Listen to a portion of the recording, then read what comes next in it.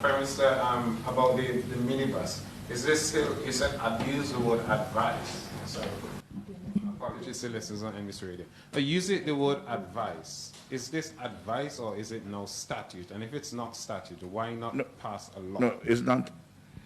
Kenton,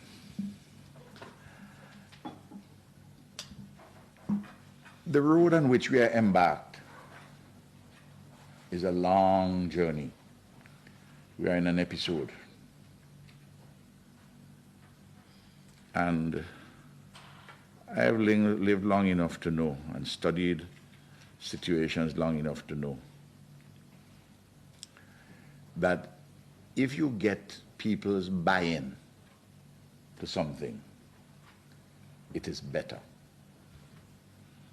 We have a lot of laws in relation to minibus men, you know.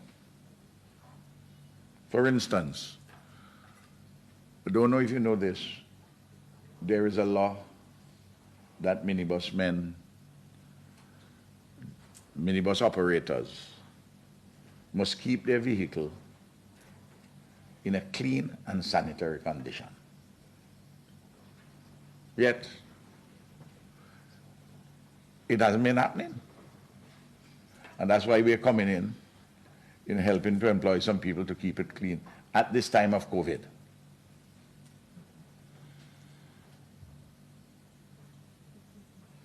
We said, come down from 18 to 13.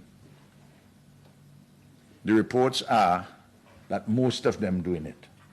Some are still recalcitrant. We say, see if we can bring it down to 9.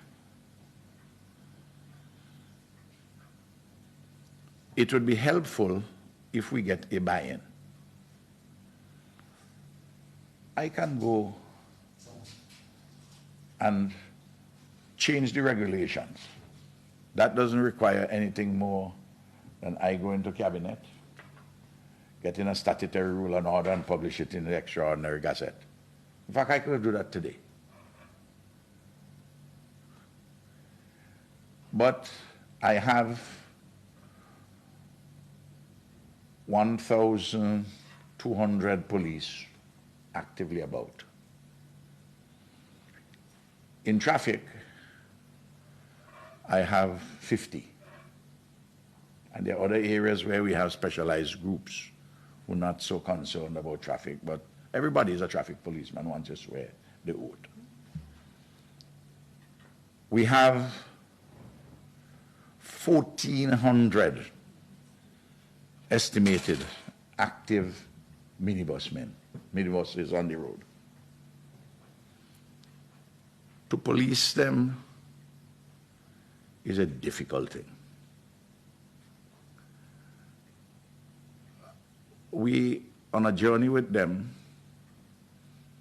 and for persons who are normally seen, and I know a lot of minibus operators and they're good and disciplined people, but there's some, as we know, just hustling and they're going to make the dollar for the bank and all the rest of it.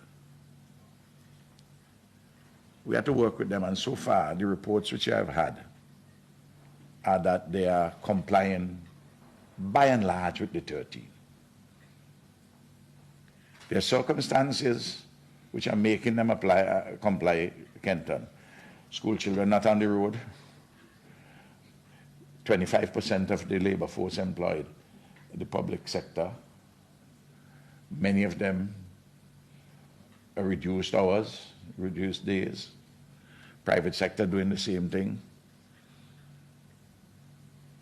So already you have reduced numbers. I want to work with them to see how far we can go with this. They're getting a break from the banks. Their loans, the principal and interest, that's taken care of. I dropped the price of the gas and diesel. 90% of them run on diesel.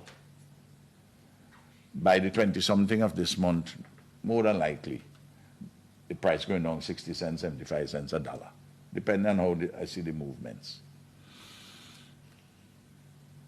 I'm going to give them a $250 a month. subsidy. I help them clean the bus at least 40% of the time. They undertake to make sure they clean it on nights. 40%, between 40% of the traffic.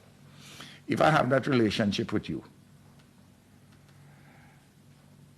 I don't want to say to you,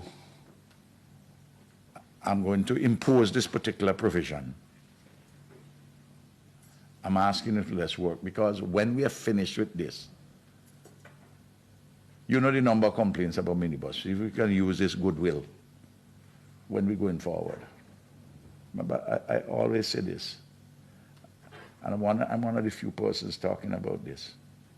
In this time, let us see if this can bring the best out of us. I don't live on Mars. I know the thing brings the worst out of some people, you know.